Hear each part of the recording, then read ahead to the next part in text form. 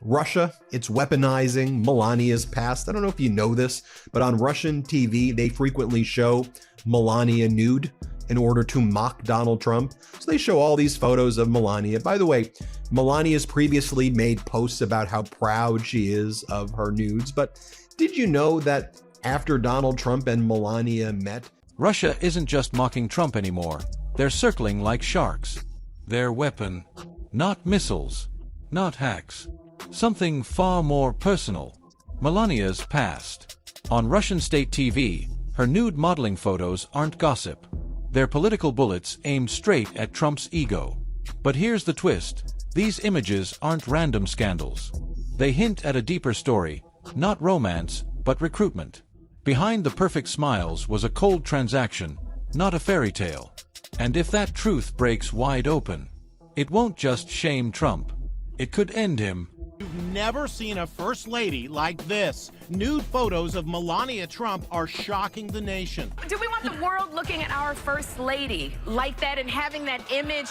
The New York Post calls it the Oval Office and Melania Trump as Melania poses with another nude model. The photos were taken for a French men's magazine 21 years ago, long before Melania met her future husband, the Republican presidential nominee. A Trump spokesman is defending the racy photos. Their celebration of the human body is art, and nothing to be embarrassed about with the photos.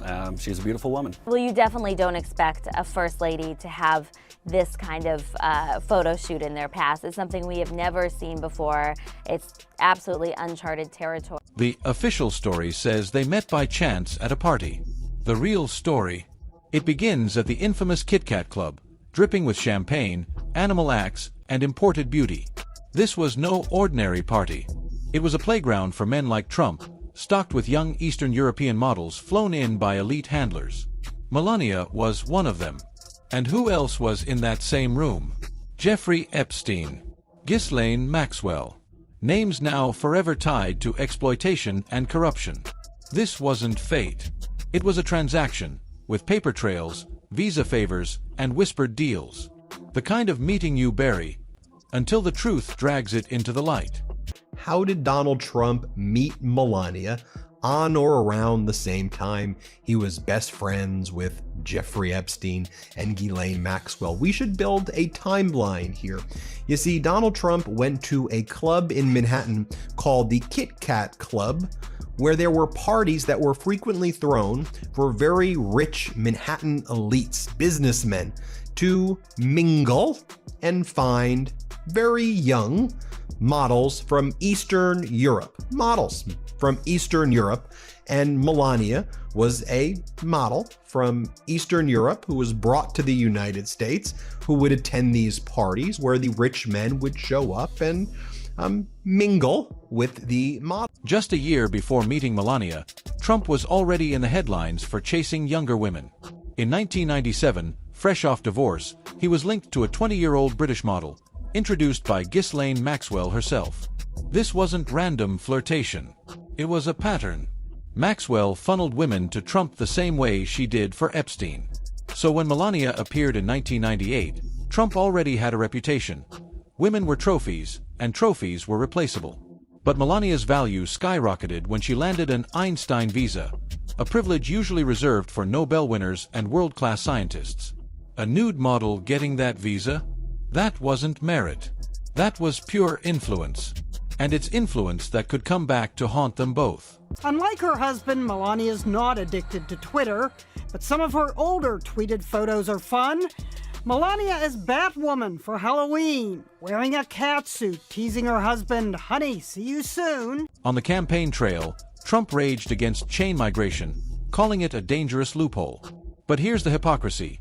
Once Melania got her fast-tracked citizenship, she used that very system to bring her own family to the U.S. While Trump demonized immigrants, his wife quietly cashed in on the same policy. And when Trump bragged about assaulting women, Melania didn't recoil. She defended him. On national TV, she brushed it off as locker room talk, even joking that she had 2 boys, her son and her husband. That wasn't humor. That was damage control. Proof she wasn't just a bystander. She was part of the Trump machine. So Melania gets the expedited path based on an Einstein visa after meeting Donald Trump at the KitKat Club. Then she brings in her family, and now Donald Trump's against all of those same policies. Now, Melania is no, innocent person in all of this either. Melania, after Donald Trump, was caught on video bragging about sexually assaulting women and grabbing women by their genitals. And he says, because if you're rich, they let you do it. She said that's locker room talk and that she was okay with it. Here, play this clip. He described it as locker room talk. To you, I mean, you sort of alluded to that as well. Is that what it is to you, just locker room talk? Yeah, it's kind of two teenage boys. Actually, they should behave better, right? He was 59. Correct. And sometimes I said, I have two boys at home. I have my young son and I have my husband. But I know how some men talk, and that's how I saw it, yes. Melania's complicity didn't stop at silence. She became a weapon in Trump's ugliest conspiracy, the racist birther movement against Obama. On national TV, she questioned his citizenship, parroting Trump's talking points with a smile. This wasn't ignorance. It was a calculated hit job, her accent and elegance disguising the venom underneath. It was strategy. Play the graceful wife while delivering red meat to the base. And each appearance gave Trump's lies credibility, making the racism feel normal. Now, with their past under scrutiny, those old clips aren't just embarrassing. They're damning. As First Lady Melania Trump battles COVID-19, her former aide and confidant has just released more secretly taped conversations. And this latest snippet focuses on Stormy Daniels, the porn star to whom Donald Trump funneled hush money. And after hearing what the First Lady had to say about her, Stormy Daniels is responding. Annie Leibovitz shot the porn hooker. What do you mean she shot the porn hooker? Stormy. Shut the up. For what? Oh, you didn't read it? Yeah, it was yesterday came up. For Vogue. She will be in Vogue. Annie Leibovitz shot her. Unlike other first ladies like Michelle Obama, Melania has never been asked to appear in Vogue. Stormy, who says she had a brief fling with the president in 2006, is hitting back today with a vulgar tweet, only parts of which we can show on TV. Ha ha ha. Although I wasn't paid for sex and therefore technically not a hooker, I'll take being that over what you are any day. When Trump's affair with Stormy Daniels hit the headlines, everyone expected Melania's fury. And yes, she was furious, but not about betrayal. Her former advisor revealed the real reason. Melania raged because Stormy got a Vogue profile. They put the porn hooker in Vogue, she reportedly sneered. This wasn't about morality. It was about media hierarchy.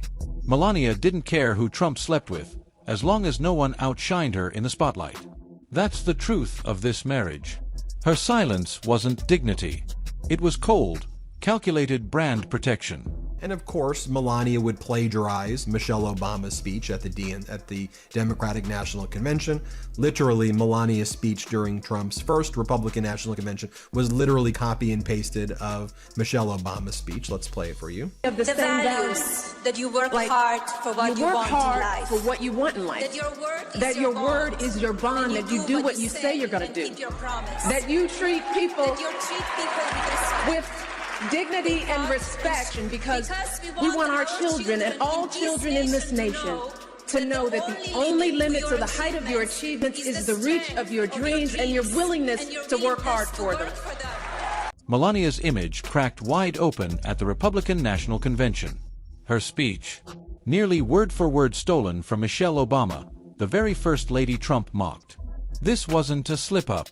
It was the Trump formula on full display. Steal, repackage, deny, and dare anyone to challenge it. What should have been humiliating turned into defiance. They spun plagiarism as coincidence, showing the world exactly how the Trump brand works.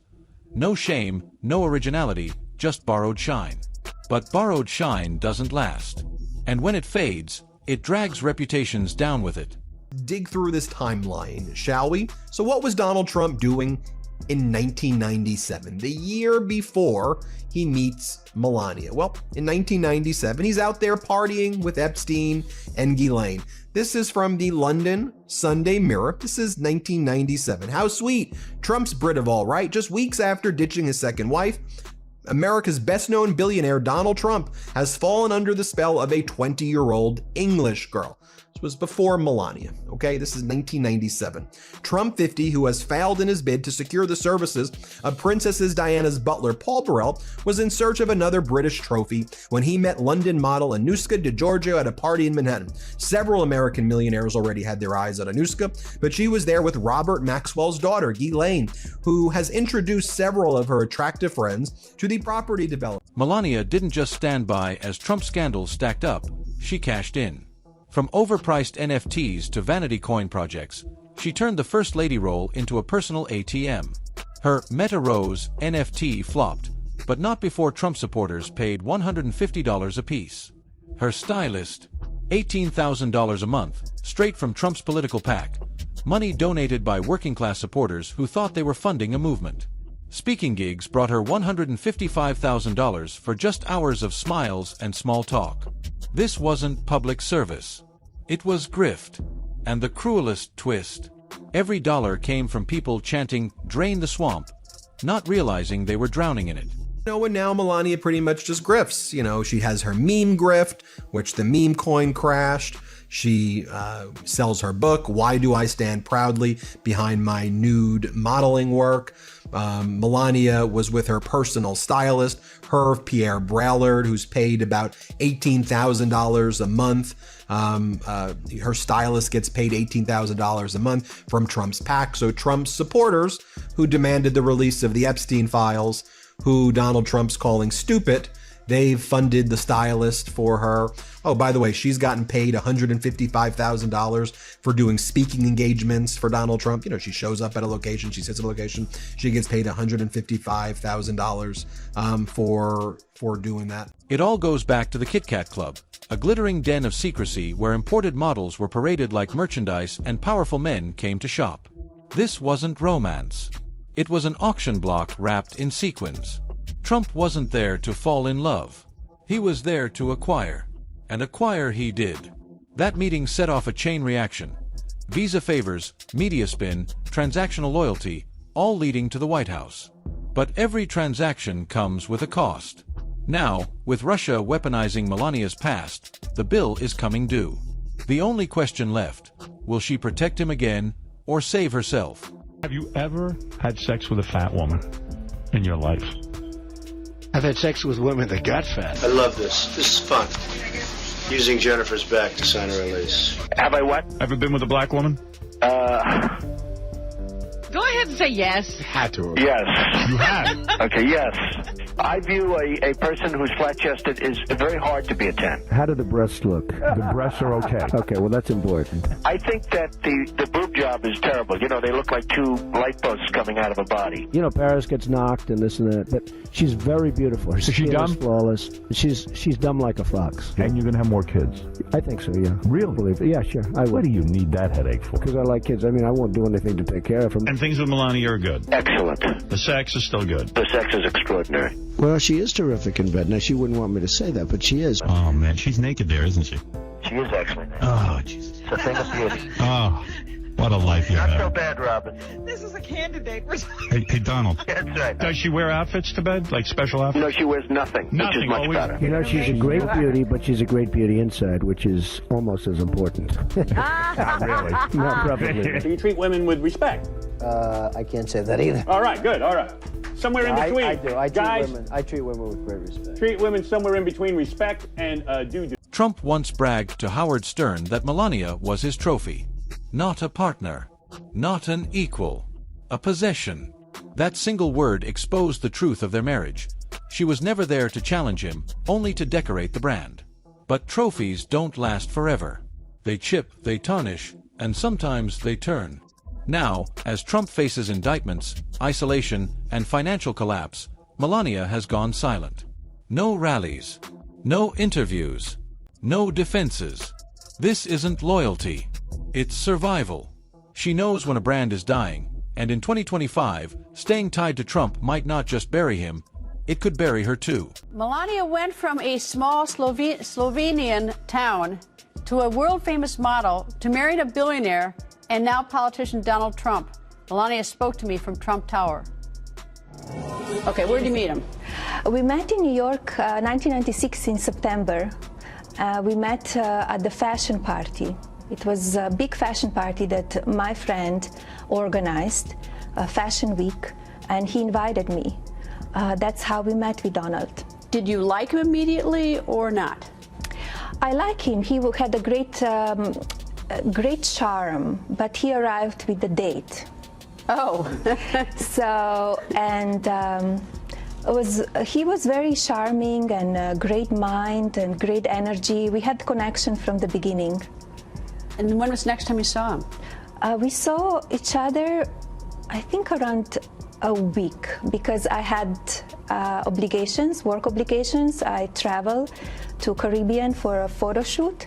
So when I came back, I called him and we got together. So you called him? Yes. He didn't call you? Well, first when we met, I didn't give him my number. He was with the date. So I told him, give me your number and I will call you. I wanted to see what kind of number he would give me. Business, home. If he would give me a business number, I'm not a girl doing business with him. Why he would give me a business number? So he gave me all of them. The cracks in Trump's image aren't just coming from prosecutors or rivals. They're coming from inside his own home. Insiders say Melania's distance isn't temporary. It's strategic. She's preparing for the inevitable collapse. She's seen the tapes, the photos, the unfiltered moments that could sink any career in seconds. She knows which doors at Mar-a-Lago hide secrets the world hasn't uncovered yet. And if she ever talks, or even stops protecting him, the fallout would be nuclear. Trump isn't just at risk of losing an election. He's at risk of having his entire empire destroyed by the one person who's been inside all along. Quick time. You cannot know, oh, I'm marrying a person or not, especially the known person as he was. It's very different when you're dating celebrity or if you're dating somebody unknown. Well, so it was several years later before you got married? Yes. How many years? We were together before we got married, it was 7 years we know each other. Do you have a nickname for him? No. No nicknames? No. Does he have one for you? No. We don't have nicknames. So he asked you to marry you. Where were you when he asked you to marry you? It was a special night. It was a gala in New York. We were both dressed, and he asked me to marry me. No hesitation? No, but I knew a little bit that he might propose sooner or later. So it was, of course, no hesitation. We were together for so long. We know each other. We are very compatible. We like the same things. We are very independent. We gave each other space as well. So he does what he wants to do and he loves to do, and I do what I love to do. That was my decision not to go on the campaign, because I said I want to be a parent to my child. And he completely agreed with that. And I said I will be there when I can be there and support him 100% every day, all the time. You got married down in Florida? Yes, in Palm Beach, in the church. And Hillary Clinton, former Secretary of State Hillary Clinton, and the president was there? Yes, they were there. What are your thoughts about that? Well, now it's different time. That was in 2005, was different time. We were private citizens. He was not running for the office. As he said, he was friends and got along with many, many people. So I don't see anything wrong with that. Have you ever socialized with them besides the wedding, with the Clintons? No, no. Any thoughts about if Secretary Clinton is his opponent? Well, now we will see where it's getting into, so we will see. I know my husband is strong, tough, great leader, and he will do what that country needs. So it's going to get probably pretty rugged, I imagine, between the two of them, if they're both the candidates. Yes, we will see. And that's okay with you? That's okay with me. It's nothing personal, it's all business. Melania's infamous, "I really don't care, do you?" jacket wasn't a fashion statement. It was a neon warning. Cruelty wasn't a bug in the Trump machine, it was a feature. It showed exactly where her empathy ended, staged into a $39 coat in front of caged children. This wasn't detachment. It was alignment. She wasn't an innocent bystander. She was part of it. From visa favors to conspiracy campaigns, from grifting to silent complicity, her fingerprints are all over the machinery that built Trump's rise. And here's the twist. She may be the one person with enough insider knowledge to dismantle him. Not for justice, but self-preservation. As indictments pile up and walls close in, Trump will look for loyalty. If she's already eyeing the exit, his downfall could be faster and more brutal than anyone expects. Trump built his brand on dominance, untouchable power. But every brand has a weak spot. For him, it's image control. Melania's past, her silences, her sudden absences, they signal that the perfect picture is cracking. The moment she decides the Trump name is more liability than asset, she won't just walk away. She'll take the one thing he can't replace, the illusion of stability. Without it, he's not just politically vulnerable, he's exposed.